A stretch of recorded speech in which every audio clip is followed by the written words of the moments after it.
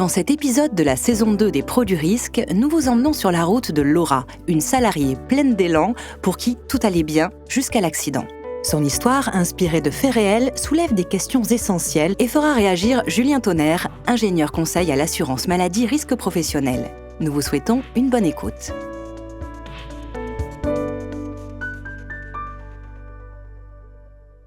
Laura est allongée sur son lit d'hôpital, les yeux mi-clos.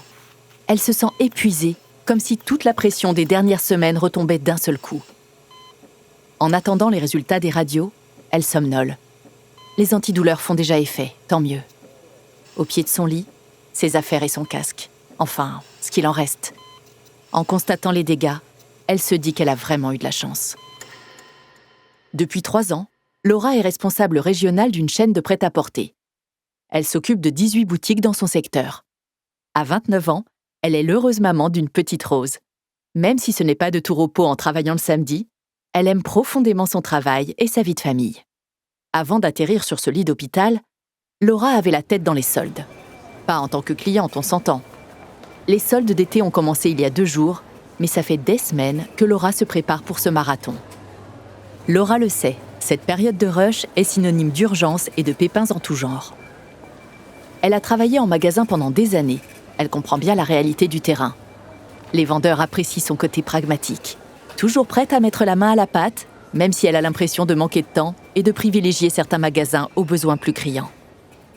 C'est le cas ce matin-là, où elle se rend dans une boutique au turnover important.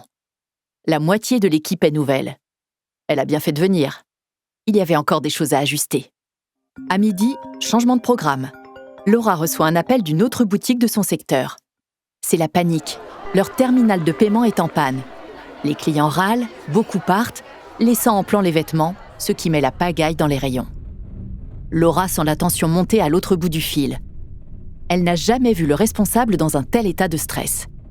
Elle se doute qu'elle ne fera pas de miracle, puisque le prestataire du TPE a déjà été prévenu, mais elle décide d'y aller quand même. La boutique est à une 15aine de kilomètres de là. Laura se dirige vers sa moto. Comme à son habitude, elle s'équipe de haut en bas. Casque, blouson, gilet airbag et gants. Urgence ou pas, Laura ne transige pas avec la sécurité. Fini les robes et les sandales depuis qu'elle occupe ce poste. Surtout en période de solde, elle est sur le terrain à temps plein. Et ce n'est pas rare qu'elle ait à se déplacer dans 2 boutiques le même jour. Les imprévus font partie de son quotidien. Elle s'en doutait. Le périphérique est encombré comme souvent à cette heure-là. Les voitures roulent au pas. Elle ne va jamais arriver à destination. Elle met son clignotant et remonte la file à faible allure. Elle sera peut-être à 13h au magasin et avec un peu de chance, elle aura 5 minutes pour s'acheter un sandwich. C'est ce moment que choisit la voiture devant elle pour se déporter sans prévenir sur la gauche. Elle freine sec, mais elle comprend vite que ça ne suffira pas. En une fraction de seconde, la voilà projetée contre la glissière de sécurité. La suite est assez confuse. Laura se souvient surtout du bruit, klaxonne, portière, crie. Elle cherche sa moto des yeux. Une femme l'allonge sur le côté et lui parle. La douleur est diffuse mais saisissante, du cou aux épaules. Puis, l'ambulance. Le trajet jusqu'à l'hôpital est flou. Elle se réveille dans une chambre.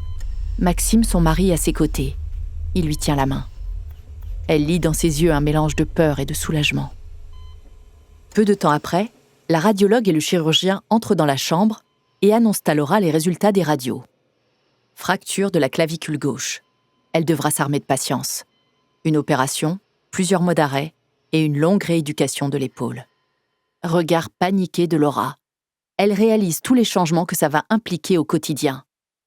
Et avec Rose, comment va-t-elle faire ? Les médecins la félicitent pour ses équipements de protection. Ils n'ont pas l'habitude de voir arriver des motards en si bon état.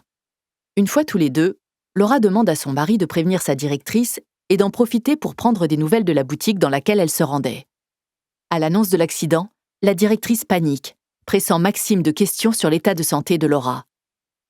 Passé l'affolement, cette dernière lui dit découvrir que Laura se déplaçait à moto. Quant au problème de TPE, il la fait sourire. On ne la refait pas décidément.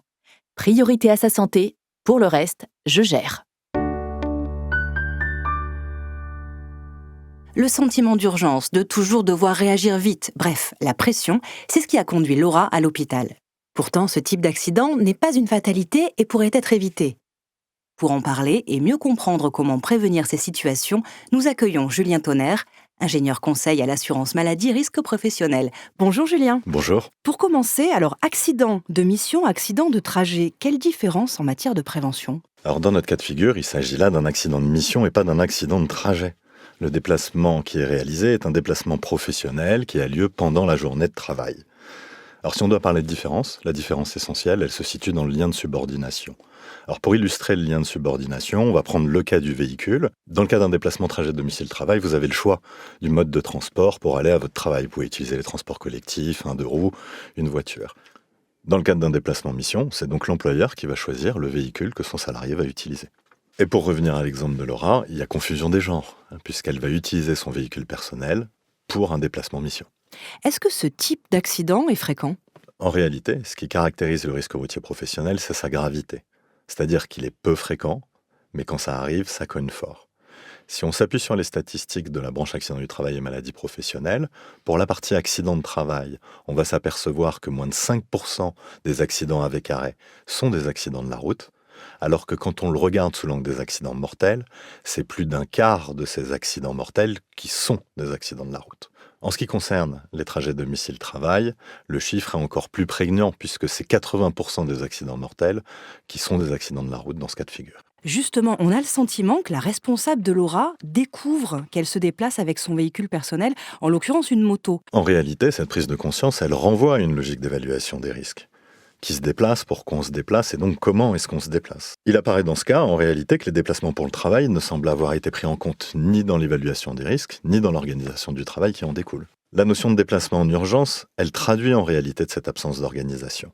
C'est pas une urgence au sens de code de la route, il n'y a pas de vie en jeu, il n'y a pas de gyrophare qui est associé à ça. Le véhicule, quel qu'il soit, n'est pas une machine à remonter le temps. Dans le cas de Laura, elle met en œuvre des savoir-faire de prudence, c'est-à-dire qu'elle va circuler entre les voitures avec une vitesse qui est une vitesse modérée. L'objectif de l'entreprise, ça va être de limiter les comportements à risque en agissant sur les déterminants. Si on devait illustrer ces déterminants dans le cadre de notre exemple précis, finalement, ce qu'aurait pu choisir de faire l'entreprise, c'est d'organiser les déplacements en faisant en sorte que Laura utilise les transports collectifs. Si on imagine que les déplacements sont exceptionnels, elle aurait pu utiliser un taxi également. Et si les déplacements sont récurrents et fréquents, elle aurait pu utiliser un véhicule qui est fourni par l'entreprise. Véhicule fourni, adapté à la mission et entretenu. Adapté à la mission, c'est est-ce qu'il y a transport de charge ou pas transport de charge, par exemple. Quelles actions de prévention les entreprises peuvent-elles mettre en œuvre pour protéger la santé de leurs salariés et éviter ce type d'accident ? Alors les partenaires sociaux se sont déjà posé la question il y a un peu plus de 20 ans. Et quand ils se sont posé la question il y a plus de 20 ans, il en est ressorti plusieurs textes qui sont en lien avec ces bonnes pratiques de prévention du risque routier professionnel. Ces bonnes pratiques, elles sont reprises dans des guides de prévention qui sont accessibles sur le site de l'Institut national de recherche en santé et sécurité, l'INRS. Elles s'appuient globalement sur 4 axes de management. 4 axes de management parce que ça renvoie à cette question d'organisation de l'employeur autour du déplacement. Dans une politique de santé publique, on va viser le comportement des gens. C'est ce qu'on va appeler la sécurité routière. Dans le cadre du risque routier professionnel, on attend de l'entreprise qu'elle encadre ces déplacements-là. Pour pouvoir les encadrer, elle a 4 repères, 4 axes de management que sont respectivement le management des déplacements. Globalement, c'est l'organisation et la planification de ces déplacements. Le management des véhicules, c'est le choix de son véhicule et l'entretien des véhicules associés. Le management des communications, comment est-ce qu'on échange des informations avec des salariés qui ne sont pas sur place, qui sont à distance et susceptibles d'avoir une activité de conduite. Et le management des compétences, le permis à minima, et quelles compétences supplémentaires on attend de ces salariés en matière de conduite. Parce qu'en réalité, prévenir le risque routier, c'est d'abord et surtout se poser les bonnes questions. Julien Tonnerre, merci pour toutes ces informations. Les risques professionnels concernent tout le monde, alors pour aller plus loin, je vous invite à découvrir les autres épisodes des Pros du risque et à consulter la rubrique entreprise sur amélie.fr. L'assurance maladie risque professionnel, des solutions de prévention pour les pros.